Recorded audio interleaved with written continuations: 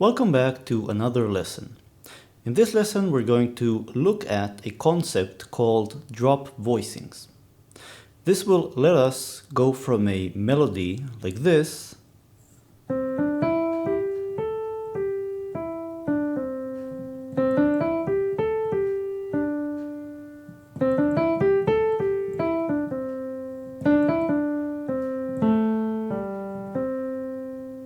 to this.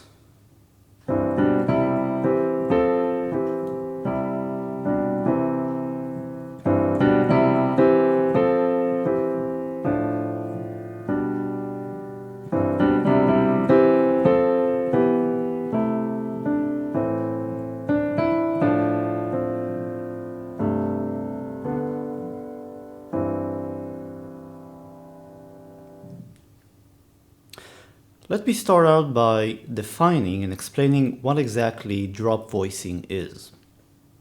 This is a very simple but powerful concept. Let's look at the C major chord. So in the root form we have three notes, a C, E, and a G. And they can be numbered, the first note, the second note, and the third note. This has nothing to do with their degree of the scale or any of these theoretical terms. Just 1, 2, 3. Now a drop 2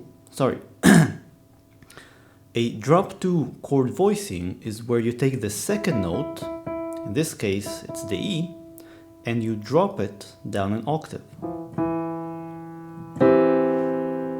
giving you this kind of voicing. Now you can do this with any chord, any inversion, regardless of whether it's minor, major, diminished, or whatever. Let me give you two more examples. Let's take an A minor. Actually, let's take one of its inversions. This is actually the second inversion of A minor. It has three notes, 1, 2, 3, E, A, and C, and I'm going to take the second note, this is going to be a drop 2 voicing, and lower it an octave. So this would be the drop 2 voicing of this original triad. One more example. Let's take, let's say, an E major, and this is one of the inversions of E major. I'm playing B, E, and G sharp. A drop 2 voicing would be take the second note and drop it down an octave, and you get this nice open sounding voicing. Now the concept of drop voicing can be extended to more complex chords, and I'm going to make a video about this probably in a few weeks. This also works with chords that have more notes. Just going to give you an example, and then we're going to go back to the original melody. Let's take a C major 7th chord. So I have a C, E, G, and B. Now I can play a drop 2-4 voicing. So this means take the second note in the chord and the fourth note in the chord, and in this case it's an E and a B, and just play them an octave lower, giving you this voicing. So again, it opens up the chord. That's what's special about this kind of drop voicing. But let's go back to the melody. So I played kind of a, I don't know if it's a kind of a folk Irish melody.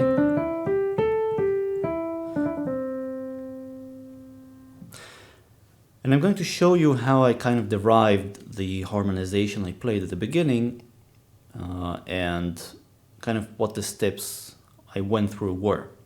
So this is going to do this in two passes. In the first pass, we're going to harmonize the song. So what does harmonize mean? It means decide on the chords we want to play with the notes. Now this strictly has nothing to do with drop voicing. I'm just going to walk you through it for a bit so you can kind of see how I choose the chords. And let's take the first phrase of the melody.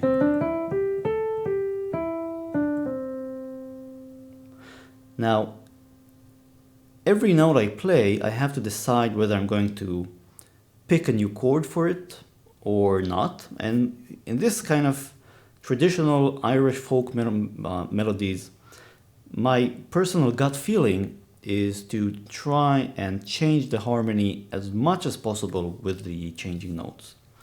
So this is in the key of C, by the way, and I'm starting from C, so it would make sense to play a C chord. And I'm going to construct the C chord going down. So the inversion that fits, it has C on the top, is this. This is a C major chord, but it's the first inversion, having E, G, and C. The next note is a D, and I'm going to change my chord into a G. So the inversion of G that fits here is this one. This is the root form, G, B, and D. And I'm going to go back to a C. This is a C major, a G, C, and E. It's the second inversion. The next note in the melody is G, so I'm playing again a C, but an inversion. The next note is an A, and I'm constructing an F going down from the A. So I'm going to choose the inversion of F that has A as its topmost note. I'm going back down to a G, so it's, for me, C sounds good. Again, going down to an E, so I'm going to use a C again. And I can either play a G and a C, so kind of the same chords I used before. So instead of playing, I'm playing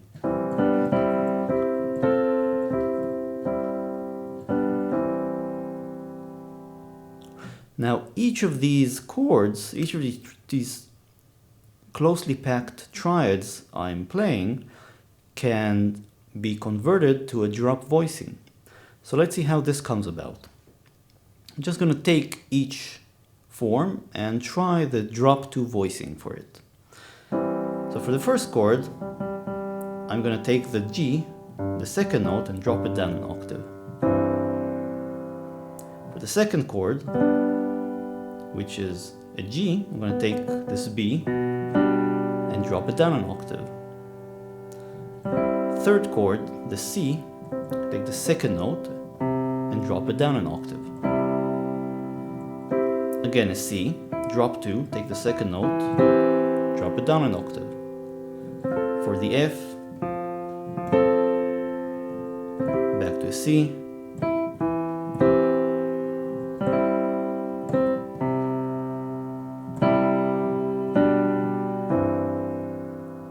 so instead of playing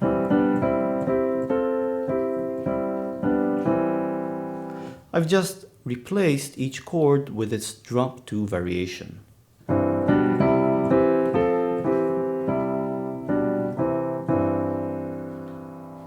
Now, actually this probably would be too much if I were really playing this melody.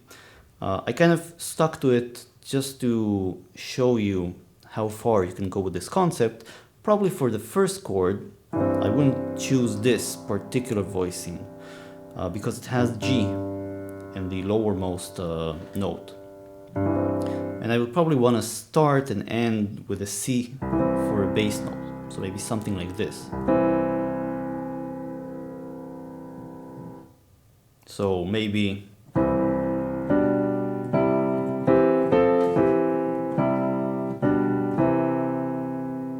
or maybe this kind of voicing. So I have to play around with it. There's no right answer, there's just the answer that sounds probably good to you. That's it. I hope you've learned what a drop voicing is and also how to use it in your own playing.